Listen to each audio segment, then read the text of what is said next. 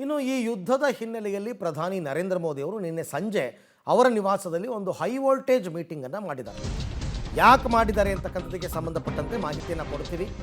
ದೇಶದಲ್ಲಿ ಈಗ ತೈಲ ಸಂಕಷ್ಟ ದೊಡ್ಡ ಮಟ್ಟದಲ್ಲಿ ಆಗ್ತಾ ಇದೆ. ಹಾಗಾಗಿ ಪ್ರಧಾನಿ ಮೋದಿ ನೇತೃತ್ವದಲ್ಲಿ ಮಹತ್ವದ ಸಭೆ ಕೂಡ ನಿನ್ನೆ ನಡೆದಿದೆ. ಎಲ್ಲ ಘಟಾನುಘಟಿ ಮಂತ್ರಿಗಳು ಭಾಗಿಯಾಗಿದ್ದರು. ನಾಗರಿಕರ ರಕ್ಷಣೆಗೆ ಆದ್ಯತೆ ನೀಡೋದು ಮುಖ್ಯ ಅಂತ ಮೋದಿ ಅಭಿಪ್ರಾಯಪಟ್ಟಿದ್ದಾರೆ. ಆಮೇಲೆ ನಾಗರಿಕರ ಮೇಲಿನ ದಾಳಿಗೆ ಮೋದಿ ಖಂಡನೆ ವ್ಯಕ್ತಪಡಿಸಿದ್ದಾರೆ. ಅದು ಯಾವುದೇ ದೇಶದವರಾಗಿರಲಿ, ನಾಗರಿಕರನ್ನು ಯಾಕೆ ಟಾರ್ಗೆಟ್ ಮಾಡ್ತಾರೆ? ಸೊ ದಿನೇ ದಿನೇ ಸಂಘರ್ಷ ಅಂತಕ್ಕಂಥದ್ದು ತೀವ್ರಗೊಳ್ತಾ ಇದೆ.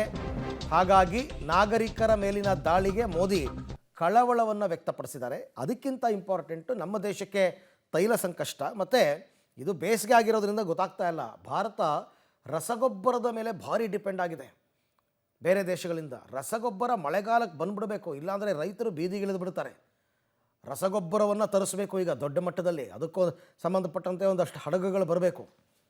ಆ ನಿಟ್ಟಿನಲ್ಲಿ ಗೃಹ ಸಚಿವರು, ರಕ್ಷಣಾ ಸಚಿವರು, ಆಮೇಲೆ ವಿದೇಶಾಂಗ ಸಚಿವರು, ಹಣಕಾಸು ಮಂತ್ರಿ ಎಲ್ಲರೂ ಭಾಗಿಯಾಗಿದ್ದರು ನಿನ್ನೆ ಮೀಟಿಂಗಲ್ಲಿ. ಒಂಥರ ಹೈ ವೋಲ್ಟೇಜ್ ಮೀಟಿಂಗ್.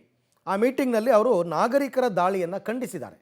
ಜೊತೆಗೆ ಭಾರತದ ನಾಗರಿಕರಿಗೆ ಯಾವುದೇ ರೀತಿ ತೊಂದರೆ ಆಗದಂತೆ ಏನು ಮುಂದಿನ ಕ್ರಮವನ್ನು ಕೈಗೊಳ್ಳಬೇಕು ಅನ್ನೋದಕ್ಕೆ ಸಂಬಂಧಪಟ್ಟಂತೆ ಕೂಡ ಚರ್ಚೆ ನಡೆದಿದೆ.